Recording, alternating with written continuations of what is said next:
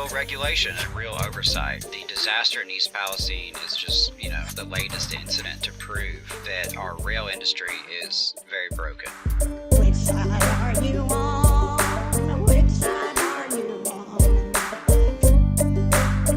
Let's talk about some updates on the rails. Adam, there were basically two rail updates from the last week, right? And the first one is the Bipartisan Rail Safety Act of 2023.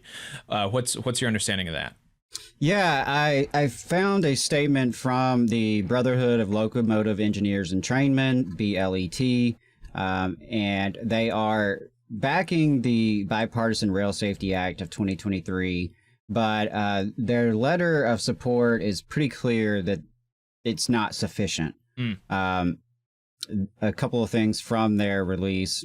It says they back the Rail Safety Act of 2023 that would require more stringent rail safety standards, but the nation's oldest union says the two-person crew requirement doesn't go far enough and should be amended. You can run a freight train through the loopholes, said BLET National President Eddie Hall.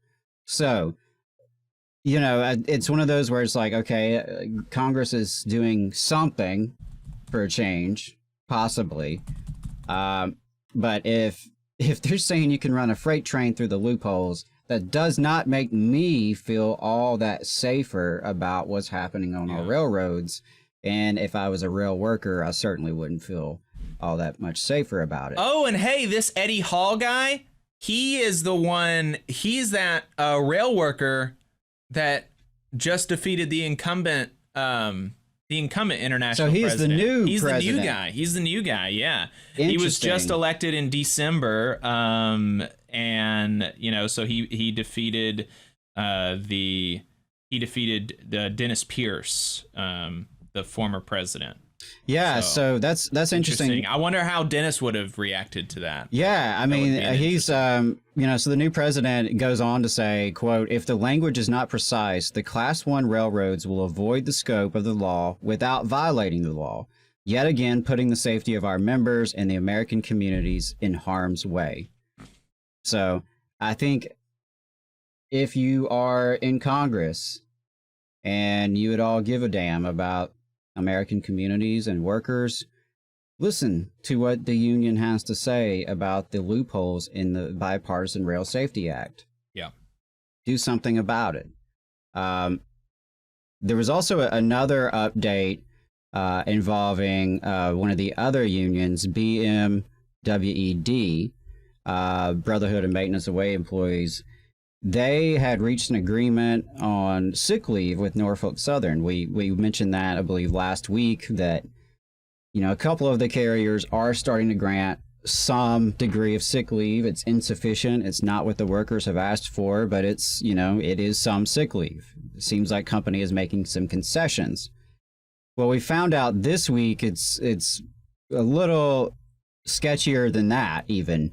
That Norfolk Southern was agreeing to provide some sick leave with the hopes that the union would in turn rescind its letter of opposition to the experimental track inspection program that Norfolk Southern is pushing, right? They wanted a little quid pro quo. We'll throw you a couple of days of sick leave, but you guys got to sign off on this new experimental track inspection program.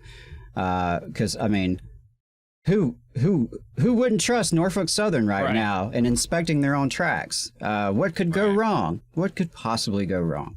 So definitely check that out from BMWED. Check out that statement.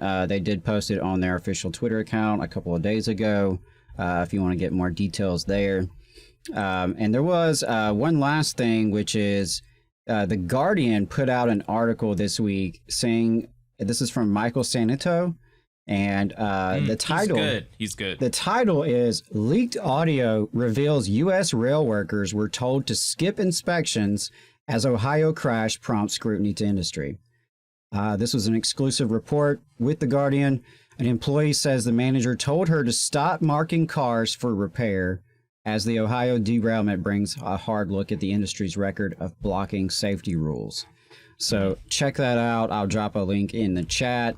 But, just more and more developments that should only make us trust the rail industry even less, and should really encourage all of us to reach out to our government officials to actually regulate the damn railroads. I would personally say it's past time to nationalize the rail tracks, just like we have nationalized roads and interstate highways. But, and that's what the Rail Workers United has called for as well. But certainly in the meantime, we need real regulation and real oversight. The disaster in East Palestine is just, the latest incident to prove that our rail industry is very, very broken. You just saw a clip from the Valley Labor Report. We are live every Saturday morning from 9:30 a.m. till 12:30 p.m. And we pride ourselves on keeping all of our content free to everybody so that we can talk to as many working folks as possible. If you support the work that we're doing, you think that it's important, you think that it's good, then consider making a monthly contribution to the project, and you can do that on our website, tvlr.fm.